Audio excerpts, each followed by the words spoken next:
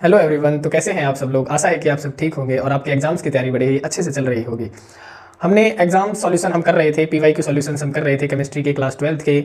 हमारे अगर आपने पीछे वाली वीडियोस नहीं देखी हैं तो कृपया करके आपने देख के आए। उसमें हमने 2024 का सेट बी करवाया है और इसी तरीके से हम अपनी सीरीज़ को आगे बढ़ाते हुए आज हम 2023 का सेट ए सॉल्व करवाएंगे, जिसमें आज हम एक एक नंबर वाले क्वेश्चंस को सॉल्व करेंगे। ठीक है, तो देखते हैं कि हमारे क्वेश्चंस कैसे हैं। तो देखो 2023 के सेट ए में हमारा पहला क्वेश्चन है, जो कि हमारे 1 मार्क के क्वेश्चन हम करने वाले हैं। उसमें पहला क्वेश्चन कहता है कि isotonic solution are both solution which have same. तो आइसोटोनिक सॉल्यूशंस क्या होते हैं? देखो आपने पढ़ा होगा, ये कोलिगेटिव प्रॉपर्टी में आता है। जब हमने एक जो कोलिगेटिव प्रॉपर्टी की जो लास्ट प्रॉपर्टी है ऑस्मोटिक प्रेशर, उसमें इसका जिक्र होता है। ठीक है, तो आइसोटोनिक सॉल्यूशन देखो, आइसो का मतलब क्या होता है? आइसो का मतलब सेम होता है। आइसो का मतलब क्या होता है? सेम। तो इसमें क्या होता है, इसमें जब हम ऑस्मोटिक प्रेशर पढ़ते हैं तो आइसोटोनिक सॉल्यूशन हम उन्हें कहते हैं जिनका सेम ऑस्मोटिक प्रेशर होता है। तो यहाँ पे हमारा करेक्ट आंसर क्या हो जाएगा? Osmotic pressure. तो देखो हमारा नेक्स्ट क्वेश्चन है standard electrode potential of standard hydrogen electrode is. देखो स्टैंडर्ड इलेक्ट्रोड पोटेंशियल पूछ रहा है किसका? Standard hydrogen electrode. आपने पढ़ा होगा कि जो हमारी स्टैंडर्ड हाइड्रोजन इलेक्ट्रोड होती है वो एज ए रेफरेंस इलेक्ट्रोड इस्तेमाल करी जाती है। रेफरेंस इलेक्ट्रोड, रेफरेंस इलेक्ट्रोड हमारी इस्तेमाल करी जाती है। और रेफरेंस इलेक्ट्रोड हम क्यों इस्तेमाल करते थे? ताकि हम दूसरी हाफ सेल्स का क्या निकाल सके? रिडक्शन पोटेंशियल या फिर ऑक्सीडेशन पोटेंशियल निकाल सके। उसके लिए हम इसका इस्तेमाल करते थे, है ना।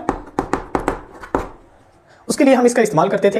तो हमें पता है कि स्टैंडर्ड हमने इलेक्ट्रोकेमिकल सीरीज में भी पढ़ा होगा। क्या पढ़ा है आपने कि ये जो होता है, देखो जैसे मैं इलेक्ट्रोकेमिकल सीरीज बना लेता हूँ। जैसे ऊपर क्या होता है? लिथियम होता है, फिर कुछ एलिमेंट्स आते हैं, फिर हाइड्रोजन आते हैं, फिर कुछ एलिमेंट्स आते हैं जैसे कॉपर हो गया, सिल्वर हो गया, गोल्ड हो गया, इस तरीके के। तो ये क्या होता है? ये बिल्कुल मिडल में प्रेजेंट होता है और इसकी जो रिडक्शन पोटेंशियल वैल्यू होती है वो कितनी होती है? 0 होती है। इसके ऊपर की तरफ जब हम जाते हैं तो रिडक्शन पोटेंशियल की वैल्यू नेगेटिव में जाती है और जब हम डाउन की तरफ जाते हैं तो रिडक्शन पोटेंशियल की वैल्यू पॉजिटिव में जाती है।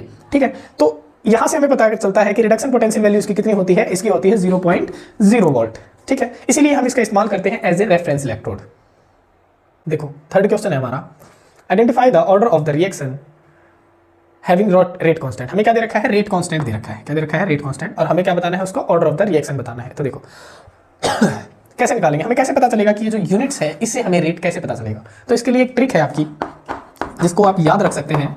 और वो ट्रिक क्या है आपकी कि मोल पर लीटर इसकी पावर क्या हो जाएगी? 1 - n और पर सेकेंड। तो इस फॉर्मूले के अंदर आप पुट करके देख सकते हैं n क्या है? ऑर्डर, n क्या है? Rate of the reaction. जैसे हम कहते हैं n = 0 है फॉर 0 ऑर्डर रिएक्शन। अगर 0 ऑर्डर के लिए देखें तो क्या वैल्यू आ जाएगी इसकी? देखो यहाँ पे 0 पुट कर देंगे तो आ जाएगा हमारा मोल पर लीटर पर सेकेंड।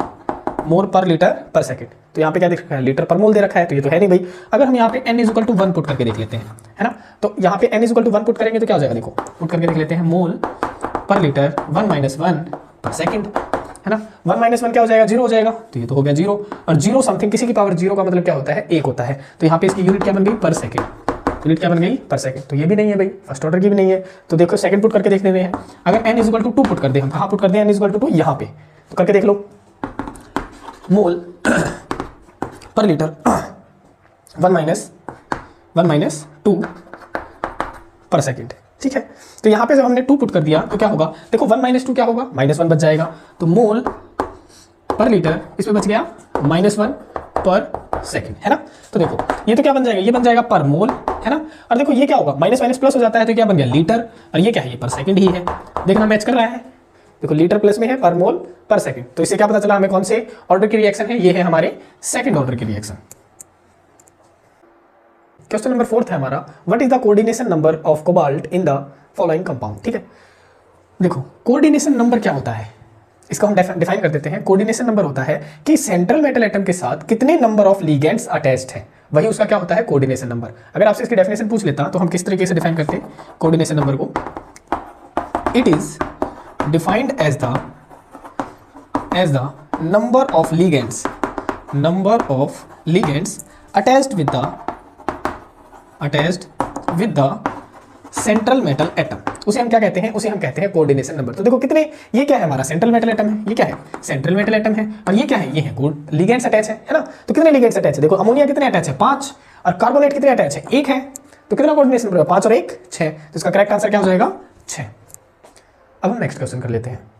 देखो क्वेश्चन नंबर 5 पढ़ लेते हैं। हम क्या कह रहा है? Which of the following has the highest dipole moment. ठीक है, तो हमें क्या बताना है कि इनमें से सबसे ज्यादा डाइपोल मोमेंट किसका है। देखो ऐसे सवालों के लिए आपको एक ट्रिक याद रखनी है और वो ट्रिक क्या है कि जितने कम इलेक्ट्रोनेगेटिव एटम होंगे, जितने कम इलेक्ट्रोनेगेटिव एटम होंगे उसका जो डाइपोल मोमेंट होगा वो सबसे ज्यादा होगा, उसका डाइपोल मोमेंट सबसे ज्यादा होगा। बस ये बात दिमाग में रखनी है। तो यहाँ पे देख लो सबसे कम इलेक्ट्रोनेगेटिव एटम किसमें, देखो इसमें तो 3 इलेक्ट्रोनेगेटिव है, इसमें कितने, इसमें 2 है, इसमें कितने, इसमें 4 है, तो सबसे ज्यादा किसका हो जाएगा, इसका हो जाएगा। बस बात खत्म। चलो हम नेक्स्ट क्वेश्चन कर लेते हैं। क्वेश्चन नंबर 6 है आपका कि इन द फॉलोइंग रिएक्शन, हमें कोई रिएक्शन दी गई है, ये क्या है, हमारा इथर है, हमारे इथर के साथ में कोई रिएक्शन दी गई है और हमारे पास में HI दिया गया है, उसकी रिएक्शन करवानी है और पूछ रहा है हमसे A और B जो प्रोडक्ट बन रहे हैं वो कौन से बनते हैं। ठीक है, देखो ये क्वेश्चन हमारा रिपीट हो चुका है, हमने जो पिछला पेपर करवाया था उसमें भी इस तरीके का क्वेश्चन पूछा गया था और वहां पे हमने इसको करने की ट्रिक भी बताई थी। तो मैं यहाँ पे दोबारा से आपको ट्रिक बता देता हूँ कि ऐसे क्वेश्चन को ट्रिक करने की क्या है कि जब भी आपकी इथर के साथ में और HI के साथ में रिएक्शन दिखाई देती है तो आपने सिर्फ 2 बातों का ध्यान रखना है। पहली बात का तो क्या ध्यान रखना है कि जो ऑक्सी ग्रुप है, जो O ग्रुप है, यानी जो ये O एटम है, ठीक है, ये वाला जो O एटम है वो हमेशा ही बिगर अल्काइल ग्रुप के साथ में रहेगा, हमेशा ही किसके साथ में रहेगा, बिगर अल्काइल ग्रुप, अल्काइल ग्रुप। लेकिन ये जो बात है ना वो हमारी केवल कब लागू होगी, जब आपके पास में प्राइमरी एंड सेकेंडरी इथर की बात कर रहा होगा। किसकी बातें कर रहा होगा, केवल प्राइमरी एंड सेकेंडरी इथर की बात कर रहा होगा। लेकिन टर्सरी इथर के केस में ऐसा नहीं होता है। टर्सरी इथर के केस में क्या होता है, टर्सरी इथर के केस में जो ऑक्सी ग्रुप है, जो ऑक्सी ग्रुप है वो किसके साथ में चला जाता है, वो स्मॉलर अल्काइल ग्रुप के साथ में चला जाता है, स्मॉलर अल्काइल ग्रुप। बस ये बात आपको ध्यान रखनी है और इस बात से आपका क्वेश्चन सॉल्व हो जाएगा। तो देखो यहाँ पे क्या होता है, यहाँ पे पॉजिटिव चार्ज, यहाँ पे होता है नेगेटिव चार्ज, ठीक है, यहाँ पे होता है पॉजिटिव चार्ज, इसके पास में क्या होता है, पॉजिटिव चार्ज होता है, ठीक है, और इसके पास में क्या होता है, पॉजिटिव चार्ज, और इसके पास में क्या होता है, नेगेटिव चार्ज होता है। अब देखो ये दोनों तरफ से बॉन्ड्स है ना। सबसे पहले हमें ये पता होना चाहिए कौन सा इथर है, प्राइमरी है, सेकेंडरी है, टर्सरी है। तो हम पहले इसकी स्ट्रक्चर बना लेते हैं। देखो इस तरीके से C6H5 यानी वो बेंजीन की बातें कर रहा है, हमने बना दिया। यहाँ पे ऑक्सी ग्रुप था, यहाँ पे CH3 ग्रुप था। देखो तो O एटम जिस कार्बन से अटैच है वो फर्दर कितने कार्बन से अटैच है, 2 कार्बन से अटैच है, और 2 कार्बन से अटैच है तो कौन सा इथर हो गया, आपका सेकेंडरी इथर हो गया। और सेकेंडरी इथर के केस में ऑक्सी ग्रुप कहाँ रहेगा, बिगर अल्काइल ग्रुप के साथ में रहेगा। तो इसका मतलब जो बॉन्ड ब्रेकेज होगी वो कौन सी होगी, ये वाली होगी, है ना। तो पॉजिटिव चार्ज कहाँ जाएगा, नेगेटिव चार्ज के पास में जाएगा, है ना, ये जाएगा नेगेटिव चार्ज के पास में इस तरीके से, और ये जाएगा पॉजिटिव चार्ज के साथ में इस तरीके से। तो यहाँ पे जो एक्सपेक्टेड प्रोडक्ट है वो आपके क्या बनेंगे, वो आपके बन जाएंगे, एक तो बन जाएगा आपका फिनॉल OH, देखो O था, H आ गया, फिनॉल बन गया, और इसके साथ में क्या आ गया, I आ गया, तो क्या बन गया, आइडोमिथेन CH3I। तो अब देख लीजिए आपका करेक्ट आंसर कौन सा हो जाएगा, ए आपका क्या है, देखो ए बनेगा, सबसे पहले फिनॉल बनेगा, फिर ये बनेगा, तो आपका करेक्ट आंसर आ जाएगा ऑप्शन नंबर बी। चलो हम नेक्स्ट क्वेश्चन कर लेते हैं। देखो क्वेश्चन नंबर 7 है हमारा, IUPAC name of the compound. अब हमारे पास में कंपाउंड दिया गया है C6H5 CH double bond CH CHO। देखो ऐसे हमें पता नहीं चलेगा, सबसे पहले हमें क्या बनानी पड़ेगी, इसकी स्ट्रक्चर बनानी पड़ेगी। C6H5 किसकी स्ट्रक्चर होती है, ये होती है बेंजीन की, हम पहले बेंजीन बना लेते हैं इस तरीके से, है ना।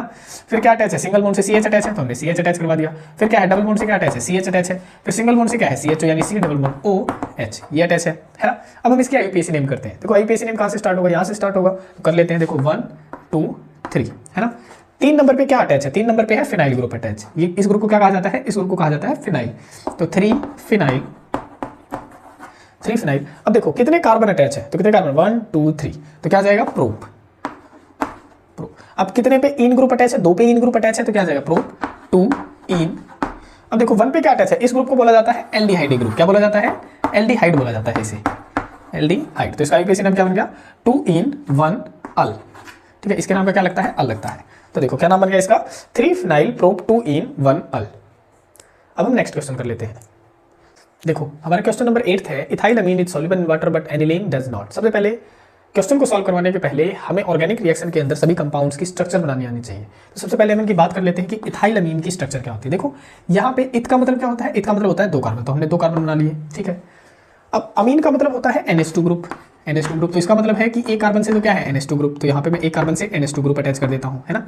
अब बहुत सारे बच्चे क्या होते हैं, इस YL पे मतलब क्या हो जाते हैं, कंफ्यूज हो जाते हैं कि वो अल्केन ले, यहाँ पे अल्केन यानी कार्बन कार्बन के बीच में सिंगल बॉन्ड बनाए, या फिर वो यहाँ पे एल्कीन ले, कार्बन कार्बन के बीच में डबल बॉन्ड बनाए, या फिर वो क्या ले, एल्काइन ले, है ना। तो यहाँ पे क्या हो जाता है, जो बच्चे होते हैं कई सारे वो बिचल जाते हैं, यानी कंफ्यूज हो जाते हैं। तो यहाँ पे ये आइन जो है वो अलग मैटर है, ये हमें बताता है कार्बन कार्बन के बीच में ट्रिपल बॉन्ड आता है। लेकिन यहाँ पे जो आइल है, आइल यहाँ पे अल्काइल ग्रुप के बारे में बताता है, किसके बारे में बताता है, अल्काइल ग्रुप के बारे में, ठीक है।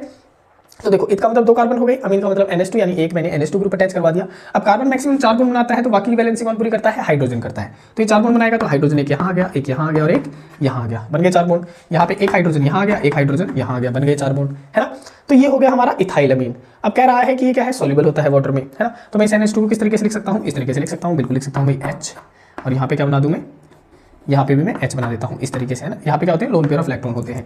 लेकिन एनिलीन नहीं है। एनिलीन का स्ट्रक्चर क्या होता है, एनिलीन का स्ट्रक्चर ये होता है, बेंजीन के ऊपर क्या होता है, NH2 ग्रुप प्रेजेंट होता है, N H और H, और इसके पास में होते हैं लोन पेयर ऑफ इलेक्ट्रॉन, जो कि किस में इन्वॉल्व होते हैं, जो कि रेजोनेंस प्रोसेस में इन्वॉल्व होते हैं, यानी वो फ्रीली अवेलेबल नहीं होते हैं। तो यही कारण है कि जो नाइट्रोजन की जो इलेक्ट्रॉन डेंसिटी ज्यादा होती है, और हाइड्रोजन बॉन्डिंग के लिए क्या कंडीशंस होती है, हाइड्रोजन बॉन्डिंग के लिए कंडीशन होती है कि एक तो H एटम प्रेजेंट होना चाहिए, दूसरा H एटम किसी इलेक्ट्रोनेगेटिव एटम से अटैच होना चाहिए, और तीसरी जो इलेक्ट्रोनेगेटिव एटम होता है वो कैसा होना चाहिए, स्मॉल साइज का होना चाहिए। ये क्या होती है, इनकी कंडीशंस होती है हाइड्रोजन बॉन्डिंग की, है ना। तो क्या करता है ये वाला जो इथाइलअमीन है, ये हाइड्रोजन बॉन्डिंग बना लेता है किससे भाई, वाटर मॉलिक्यूल के साथ में, इस तरीके से वाटर मॉलिक्यूल के साथ में हाइड्रोजन बॉन्डिंग बना लेता है, यानी इस तरीके से देखो HO और H, इस तरीके से क्या कर लेते हैं, हाइड्रोजन बॉन्डिंग बना लेते हैं वाटर मॉलिक्यूल। लेकिन यहाँ पे क्या होता है, यहाँ पे जो लोन पेयर ऑफ इलेक्ट्रॉन होते हैं, यानी जो इलेक्ट्रॉन डेंसिटी होती है नाइट्रोजन की, वो अवेलेबल ही नहीं होती है, तो जिसके कारण ये वाटर मॉलिक्यूल के साथ में हाइड्रोजन बॉन्डिंग नहीं बना पाते हैं, नो हाइड्रोजन बॉन्डिंग, ठीक है। तो यही कारण है कि ये इनसॉल्युबल होते हैं वाटर के अंदर और ये सॉल्युबल होते हैं। तो आप इनको लिखेंगे कैसे, आप इनको लिख सकते हैं, ethylamine is soluble in water because ethylamine forms hydrogen bonding with the H2O molecule, but aniline does not, because it does not form hydrogen bonding with the water molecule। अब हम नेक्स्ट क्वेश्चन कर लेते हैं। देखो question number 9 है हमारा, which base is present in RNA but not DNA। देखो RNA में कौन से बेसिस प्रेजेंट होते हैं, अगर आपको पता हो तो RNA में हमारे बेसिस प्रेजेंट होने हैं adenine, guanine, cytosine and uracil, और DNA में हमारे जो बेसिस प्रेजेंट होते हैं वो होते हैं adenine, guanine, cytosine and thymine. तो क्वेश्चन क्या पूछ रहा है, क्वेश्चन पूछ रहा है कि वो कौन सा बेस है जो RNA में प्रेजेंट होता है लेकिन DNA में प्रेजेंट नहीं होता है। तो RNA में कौन सा प्रेजेंट होता है, यूरासिल होता है, लेकिन DNA में यूरासिल नहीं होता है। तो करेक्ट आंसर क्या हो जाएगा, option number T. Question number 10 है हमारा, order of the reaction is when rate constant is this. देखो इसके लिए हमने अभी बताया था कि अगर रेट कांस्टेंट की वैल्यू दी गई है तो आप ऑर्डर कैसे पता लगाएं। इसके लिए मैंने आपको एक ट्रिक बताई थी, और वो ट्रिक क्या है, ट्रिक है आपकी, आप क्या याद रखेंगे, आप याद रखेंगे मोल पर लीटर, और इसकी पावर क्या याद रखेंगे 1 - n पर सेकेंड, ठीक है। और n क्या है, n है आपका ऑर्डर, ऑन क्या है आपका ऑर्डर। तो मान के चलते हैं कि हमारी रिएक्शन है 0 ऑर्डर की, तो पुट करके देख लेते हैं। यहाँ पे 0 अगर पुट करते हैं तो क्या आ जाएगा, मोल पर लीटर 1 - 0 पर सेकेंड, है ना। तो आपका ऑर्डर क्या बनेगा, मोल पर लीटर पर सेकेंड। तो ये तो 0 ऑर्डर के लिए है, लेकिन यहाँ पे तो लिख रखा है पर सेकेंड, तो हम क्या लिख के लेके चलते हैं, फर्स्ट ऑर्डर की मान के चलते हैं। तो यहाँ पे फर्स्ट पुट कर देते हैं इनकी जगह पे, तो मोल पर लीटर 1 - 1 पर सेकेंड, है ना। अब देखो 1 - 1 क्या होता है, 0 होता है, और किसी की भी पावर 0 होती है तो इसका मतलब क्या होता है, वो 1 होता है। तो यहाँ पे बचेगा क्या हमारे पास में, वो बचेगा हमारे पास में सिर्फ पर सेकेंड। तो ये कौन से ऑर्डर की रिएक्शन है, ये फर्स्ट ऑर्डर की रिएक्शन है। तो आप ये लिख सकते हैं आप फर्स्ट ऑर्डर। अब हम क्वेश्चन नंबर 11 करते हैं। देखो क्वेश्चन नंबर 11 है हमारे पास में, उसमें क्या कह रहा है कि हमें ये जो इक्वेशन है वो मतलब कंप्लीट करनी है। तो यहाँ पे क्या है आपका एल्कोहल है, एल्कोहल में कितने हैं, देखो 2 कार्बन है, 2 कार्बन का क्या नाम है, इथ, है ना। सिंगल बॉन्ड है तो क्या बन जाएगा, एन, और OH ग्रुप लगा हुआ तो क्या लग जाएगा, ओल। तो ये हमारा इथेनॉल है। और इथेनॉल में आपको एक बात ध्यान रखनी है इस रिएक्शन को करने से पहले, जब भी आपका टेम्परेचर 400 की कैटेगरी में आता है तो ध्यान रखें हमेशा ही इस कैटेगरी में जो प्रोडक्ट बनता है वो क्या बनता है आपका, एल्कीन बनता है। क्या बनेगा, एल्कीन, ठीक है। लेकिन अगर ये जो टेम्परेचर रेंज है वो ये टेम्परेचर देके ना देता, वो कुछ 300 की कैटेगरी में कुछ टेम्परेचर देता, 3 या 400, 3 to 400 की अगर कैटेगरी में अगर वो टेम्परेचर देता, तो आपका यहाँ पे जो प्रोडक्ट है वो आपका इथर मॉलिक्यूल बनता। हम दोनों ही कर लेते हैं। सबसे पहले हम क्वेश्चन कर लेते हैं किस तरीके से होगा। देखो हम इसको खोल के लिख लेते हैं किस तरीके से, इस तरीके से CH3 CH2OH, ठीक है। तो जब टेम्परेचर 443 केल्विन टेम्परेचर पे जाता है और कंसंट्रेटेड H2SO4 की प्रेजेंस में, ये क्या होता है, ये हमारा डिहाइड्रेटिंग एजेंट होता है। क्या होता है, डिहाइड्रेटिंग एजेंट। डिहाइड्रेटिंग एजेंट का क्या काम होता है, इसका काम होता है वाटर मॉलिक्यूल को बाहर निकालना, ठीक है। तो देखो जब इतना ज्यादा हाई टेम्परेचर होता है तो वो एक ही मॉलिक्यूल के अंदर से वाटर मॉलिक्यूल क्या कर देता है, रिलीज कर देता है। तो क्या करता है, यहां से तो क्या करता है, H एटम रिलीज कर देता है as an H positive ion, release कर देता है, और ये जो लोन पेयर ऑफ इलेक्ट्रॉन वो इधर को शिफ्ट हो जाते हैं। अब कार्बन तो मैक्सिमम 4 ही बॉन्ड बना सकता है, लेकिन यहाँ पे कार्बन के कितने बन गए, अगर डबल यहाँ बन गया तो 2 3 4 5 हो जाएंगे। तो यहाँ से वो क्या करता है, यहाँ से ये जो OH आयन होता है वो इलेक्ट्रॉन को लेकर बाहर निकल जाता है एज एन OH नेगेटिव की फॉर्म में। तो देखो यहाँ पे H पॉजिटिव है, यहाँ पे OH नेगेटिव है, दोनों मिलकर क्या बना देते हैं, वाटर मॉलिक्यूल बना देते हैं। तो माइनस वाटर मॉलिक्यूल निकल गया, ये निकल गया और ये निकल गया, और यहाँ पे बचा क्या, देखो CH2 डबल बॉन्ड CH2, तो यहाँ पे बन जाता है हमारा CH2 डबल बॉन्ड CH2। तो ये रिएक्शन हो गई हमारी कंप्लीट कि जब 443 केल्विन पे टेम्परेचर दिया जाता है तो वाटर मॉलिक्यूल एक ही अल्कोहल मॉलिक्यूल से निकल जाता है और क्या बन जाता है, हमारा एल्कीन मॉलिक्यूल बन जाता है। ठीक है, इसका नाम बताएंगे तो क्या बन जाएगा, 2 कार्बन है तो क्या हो जाएगा, इथ। ठीक है, और डबल बॉन्ड है तो क्या बन जाएगा, इथीन। ठीक है, अब हम इथर की बता देते हैं कि अगर वो इस रेंज में अगर वो टेम्परेचर देता तो क्या होता, तब 2 मॉलिक्यूल रिएक्ट करते इस तरीके से। देखो मान के चलता हूं, ये हमारे पास में मॉलिक्यूल है CH3 CH2 OH, ठीक है, और एक और है CH3 CH2 OH, और वो टेम्परेचर देता इस कैटेगरी में। कंसंट्रेशन भी हमारी यही होती, कंसंट्रेटेड H2SO4, और यहाँ पे ये रिएक्शन करता कंसंट्रेटेड H2SO4 की प्रेजेंस में, और 3 to 400 की कैटेगरी में अगर हमें टेम्परेचर देता तो यहाँ से क्या होता है, यहाँ से H मॉलिक्यूल और एक मॉलिक्यूल से OH मॉलिक्यूल क्या बन के निकल जाते, वाटर मॉलिक्यूल बन के निकल जाते, और ये आपस में अटैच हो जाते इस तरीके से, CH3 CH2 O CH2 CH3, ये क्या बन जाता हमारा, ईथर बन जाता। तो ये काफी ज्यादा इंपॉर्टेंट रिएक्शन है, इसको आप ध्यान रखना। अब हम नेक्स्ट क्वेश्चन करते हैं।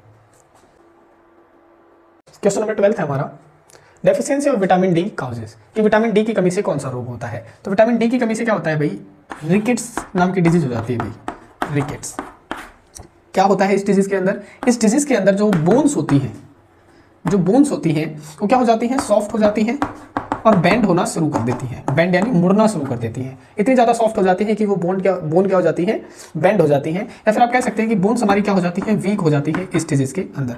और ये डिजीज काफ़ी रेयर डिजीज है, काफ़ी रेयर डिजीज बोला जाता है इसे। अब हम नेक्स्ट क्वेश्चन कर लेते हैं। क्वेश्चन नंबर 13 है हमारा, व्हाट आर आइसोटोनिक सॉल्यूशंस। देखो अभी मैंने बताया था कि आइसोटोनिक सॉल्यूशन वो सॉल्यूशन होते हैं जिनका ऑस्मोटिक प्रेशर क्या होता है, सेम होता है। ऑस्मोटिक प्रेशर क्या होता है, सेम, है ना।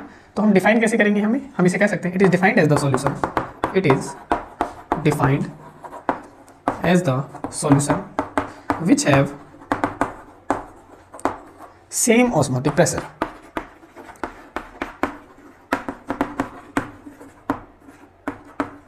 एग्जाम्पल देख लेते हैं इसका। जैसे मान लेते हैं हम कोई जो 1 मोलर जो ग्लूकोज होता है और 1 मोलर क्या होता है, फ्रक्टोज होता है। ये दोनों ही क्या है, मोनोसैकेराइड्स है। इनका जो ऑस्मोटिक प्रेशर होता है वो क्या होता है, सेम होता है। इनका जो ऑस्मोटिक प्रेशर है वो क्या होता है, सेम होता है। तो हम मान के चलते हैं कि हमने ये दोनों सॉल्यूशन जो है वो हम सेपरेट कर लेते हैं सेमी परमिएबल मेम्ब्रेन के थ्रू, इस तरीके से। एक एक्सपेरिमेंट करके देखते हैं तो क्या होता है उस एक्सपेरिमेंट के अंदर। मान लेते हैं यहाँ पे ग्लूकोज है, यहाँ पे क्या है, फ्रक्टोज है 1 मोलर, यहाँ पे भी ये क्या है, ये भी 1 मोलर है। यहाँ पे हमने क्या लगा दी, सेमी परमिएबल मेम्ब्रेन लगा दी, है ना। तो अगर इन दोनों का ऑस्मोटिक प्रेशर सेम होगा और हम इसके अंदर डाल देंगे तो जो सॉल्वेंट की जो मूवमेंट है वो ना तो यहाँ से यहाँ होगी और ना ही यहाँ से यहाँ होगी, कोई भी फ्लो आपको दिखाई नहीं देगा, जिससे हमें पता चल जाएगा कि इन दोनों सॉल्यूशंस का ऑस्मोटिक प्रेशर क्या है, सेम है। तो आइसोटोनिक सॉल्यूशंस क्या होते हैं जिनका ऑस्मोटिक प्रेशर सेम होता है। अब हम नेक्स्ट क्वेश्चन कर लेते हैं। देखो क्वेश्चन नंबर 14 है हमारा, right the IUPAC name of the compound. देखो फिर से वैसे ही क्वेश्चन रिपीट होने लगे। हमने पिछले पेपर में भी बताया था कि किसी भी कोऑर्डिनेशन कंपाउंड का नेम बताने से पहले हमें कुछ रूल्स ध्यान में होने चाहिए, है ना। तो वो रूल्स क्या क्या होते थे हमने पहले भी बताया था कि जो काउंटर आयन होता है, जो सबसे पहले जो लिखा जाता है उसका नाम भी सबसे पहले लिखा जाता है। जो काउंटर आयन होता है उसका नाम सबसे पहले लिखा जाता है। फिर किसका नाम लिखा जाता है, फिर लिखा जाता है लिगेंड्स का नाम, और फिर क्या लिखा जाता है, फिर किसका नाम लिखा जाता है, फिर लिखा जाता है सेंट्रल मेटल एटम का नाम, और फिर उसके ब्रैकेट में क्या लिखी जाती है, ऑक्सीडेशन स्टेट लिखी जाती है, किसमें, रोमन वर्ड्स में, रोमन वर्ड्स में। फिर उसके बाद में क्या लिखा जाता है, फिर उसके बाद में अगर यहाँ पे कोई स्पीसी प्रेजेंट है तो उसका नाम लिखा जाता है, अदरवाइज नहीं लिखा जाता, ठीक है। अगर नहीं है, मोस्टली चांसेस रहते हैं कि अगर एक स्पीसी यहाँ लगाई हुई है तो इधर नहीं मिलती है, ठीक है। तो इसका नाम देख लेते हैं सबसे पहले। देखो यहाँ पे क्या लगा हुआ है, यहाँ पे पोटासियम लगा हुआ है। हाँ, काउंटर, ये बात ध्यान रखना कि काउंटर आयन का नाम बताते समय हम इनकी नंबरिंग नहीं करते कि ट्राई पोटासियम, टेट्रा पोटासियम या फिर डाई पोटासियम, ये नहीं लिखते। केवल जो आयन प्रेजेंट है सिर्फ उसका नाम लिखते हैं। तो क्या नाम हो जाएगा इसका, पोटासियम, पोटासियम। अब देखो फिर किसका नाम लिखेंगे, लिगेंड्स का। तो लिगेंड्स कितने प्रेजेंट है, 6 प्रेजेंट है। तो क्या लगा देंगे 6 के नाम का, हेक्सा, है ना, हेक्सा। और कौन सा लिगेंड प्रेजेंट है, साइनाइड लिगेंड प्रेजेंट है, और साइनाइड लिगेंड के लिए उसका नाम क्या कहते हैं, सियानो, है ना। तो इसका आ जाएगा हेक्सा सियानो। अब देखो आयरन जो है, उस वाले लेक्चर में भी हमने बताया था कि आयरन का नाम हम 2 तरीके से कह सकते हैं, फेरस, एक तो फेरस कह सकते हैं और दूसरा हम कह सकते हैं फेरेट, लेकिन ये बात डिपेंड करती है कि हम कब कौन सा नाम इस्तेमाल करें। फेरेट हम कब इस्तेमाल करते हैं, जब अगर काउंटर आयन की स्पीसी के ऊपर कौन सा चार्ज होगा, नेगेटिव चार्ज होगा, तब हम लास्ट में जो एंड करेंगे वो किससे करेंगे, 8 के साथ में करते हैं। तो यहाँ पे देख लेते हैं क्या इसके ऊपर नेगेटिव चार्ज है, तो देखो K3, K के ऊपर क्या चार्ज होता है, K के ऊपर +1 चार्ज होता है, और 3 अगर K लगे हुए हैं तो इसका मतलब क्या होगा, उसके ऊपर +3 चार्ज होगा, और +3 चार्ज वाली चीज हमेशा ही किसके पास जाती है, -3 के पास जाती है। तो यहाँ पे ऊपर जो चार्ज होगा वो कितना होगा, -3 होगा। ठीक है, तो अगर माइनस में चार्ज आ रहा है तो हम एंड किससे करेंगे, 8 से करेंगे। तो हम कौन सा इस्तेमाल करेंगे, फेरेट। ठीक है, तो इसका नाम क्या बन गया, हेक्सासियानोफेरेट। और लास्ट में क्या आ जाएगी, इसकी ऑक्सीडेशन स्टेट आ जाएगी। ऑक्सीडेशन स्टेट कैसे निकालते हैं, देखो अब इसको हम आयनिक की फॉर्म में एक बार अलग कर लेते हैं, जैसे इस तरीके से FeCN6, ऊपर चार्ज कितना था, -3 है ना, इसको हम X मान लेते हैं। ठीक है, प्लस में लिगेंड कितने अटैच है, 6, और एक साइनाइड के ऊपर चार्ज कितना अटैच होता है, -1, तो -1 बराबर, बराबर में क्या लिखा जाता है, जो भी स्पीसी के ऊपर जो चार्ज प्रेजेंट होता है वो बराबर में लिखा जाता है। तो ये कहाँ आ जाएगा, यहाँ पे -3, तो X -6 =-3, X =6 -3, X क्या आ गया, X आ गया 3। तो रोमन वर्ड्स में आप क्या लिखेंगे, 3 लिख देंगे। ये क्या है, उसकी ऑक्सीडेशन स्टेट है। तो इसका नाम क्या बन गया इस कंपाउंड का, पोटेशियम हेक्सासियानोफेरेट 3। अब हम नेक्स्ट क्वेश्चन कर लेते हैं। देखो क्वेश्चन नंबर 15 है हमारे पास में, why phenol is more acidic then alcohol. ठीक है, फिनॉल का स्ट्रक्चर बना लेते हैं सबसे पहले हम। फिनॉल का स्ट्रक्चर होता है ये, बेंजीन के ऊपर क्या अटैच होता है, OH ग्रुप अटैच होता है, इसे हम कहते हैं फिनॉल। देन अल्कोहल, अल्कोहल का मतलब वो कह रहा है एलिफेटिक अल्कोहल, तो एलिफेटिक अल्कोहल बना लेते हैं हम सिंपल सा एक CH3OH, है ना। अब वो पूछ रहा है कि इन दोनों में से फिनॉल ज्यादा एसिडिक है, वो बता रहा है आपको, सिर्फ आपने उसकी एक्सप्लेनेशन देनी है कि क्यों है वो ज्यादा, है ना। तो देखो एसिड क्या होता है, एसिड हम उसे कहते हैं जो H पॉजिटिव आयन डोनेट कर देते हैं। तो ये भी H पॉजिटिव आयन डोनेट करेगा और ये क्या बना देगा, नेगेटिव चार्ज बना देगा यहाँ पे, और ये भी H पॉजिटिव आयन डोनेट करेगा और ये भी क्या बना देगा, नेगेटिव चार्ज बना देगा, है ना। तो इन दोनों में से ये तो पता चल गया कि ये दोनों के दोनों एसिडिक है, बस फर्क इतना हमें पता करना है कि फिनॉल ज्यादा एसिडिक होता है और क्यों होता है ना। तो देखो यहाँ पे एक रीजन होता है कि जो जितना ज्यादा जो नेगेटिव आयन होता है, जो जितना ज्यादा डिस्पर्स करेगा उतनी ज्यादा क्या बढ़ेगी, स्टेबिलिटी बढ़ेगी, और जितनी ज्यादा स्टेबिलिटी बढ़ती है उतनी ज्यादा क्या होती है, उसकी एसिडिटी बढ़ती है। तो यहाँ पे आप लिख सकते हैं एज वी नो दैट, हम क्या जानते हैं, as increasing the dispersal of negative charge, कि जितना ज्यादा नेगेटिव चार्ज का क्या होगा, डिस्पर्सल यानी मूवमेंट होगी, increases the dispersal of negative charge, जितनी ज्यादा डिस्पर्सल होगी उतनी ज्यादा क्या बढ़ेगी, उसकी stability. It increases the stability of that ion,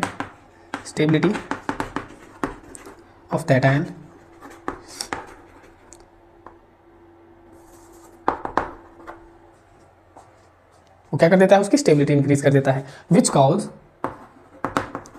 cause increase in acidity, जो क्या करता है, एसिडिटी को भी क्या करता है, इंक्रीज करता है। तो देखो यहाँ पे सिंपल शब्द में आप क्या कह सकते हैं कि यहाँ पे जो फिनॉक्साइड आयन बना है, इसको हम क्या नाम देते हैं, इसको हम कहते हैं फिनॉक्साइड आयन। यहाँ पे जो फिनॉक्साइड आयन आया है उसमें नेगेटिव चार्ज की क्या होती है, डिस्पर्सल होती है, यानी क्या होता है, मूवमेंट होता है। और मूवमेंट क्यों हो रहा है, मूवमेंट हो रहा है रेजोनेंस प्रोसेस के कारण। किसके कारण हो रहा है, रेजोनेंस प्रोसेस के कारण। लेकिन यहाँ पे नेगेटिव चार्ज का डिस्पर्सल नहीं हो पाता है, क्योंकि यहाँ पे कोई भी अल्टरनेट डबल बॉन्ड प्रेजेंट नहीं है। अल्टरनेट डबल बॉन्ड क्या होते हैं, पहले सिंगल फिर डबल फिर सिंगल फिर डबल, उसे कहते हैं हम अल्टरनेट डबल बॉन्ड। तो यहाँ पे तो प्रेजेंट थे single double single double single double single double, है ना। तो यहाँ पर क्या हो रही थी, रेजोनेंस प्रोसेस चल रही थी, लेकिन यहाँ पे नहीं चलती है। ये क्या है, हमारा एल्कोक्साइड आयन है, ठीक है। तो अब यहाँ पे डिस्पर्सल हो रहा है, और हमने क्या बताया कि जितना ज्यादा डिस्पर्सल होगा नेगेटिव चार्ज का उतनी ही ज्यादा क्या होगी, उस आयन की स्टेबिलिटी होगी, और जितनी ज्यादा स्टेबिलिटी होगी वो उतना ही ज्यादा क्या होगा, एसिडिक होगा। तो यही कारण है कि फिनॉक्साइड आयन क्या होता है, यानी फिनॉल क्या होता है, मोर एसिडिक होता है as compare to alcohol. Reason में आप इस तरीके से लिखना चाहिए, इस तरीके से लिख सकते हैं, अदरवाइज आप लिख सकते हैं in phenol phenoxide ion is more stable, in phenol phenoxide ion is more stable by resonance, but alcohol ion is not stable, that's why phenol is more acidic. इस तरीके से आप आंसर दे सकते हैं। आज के लिए इतना ही। आशा करता हूं आपकी पढ़ाई अच्छे से चल रही होगी, और अगर आपने वो पिछले लेक्चर्स नहीं देखे हैं तो उन्हें भी देखते रहें, क्योंकि हम यहाँ पे PYQ पूरे कंप्लीट डिटेल्ड सॉल्यूशन में करवाते हैं।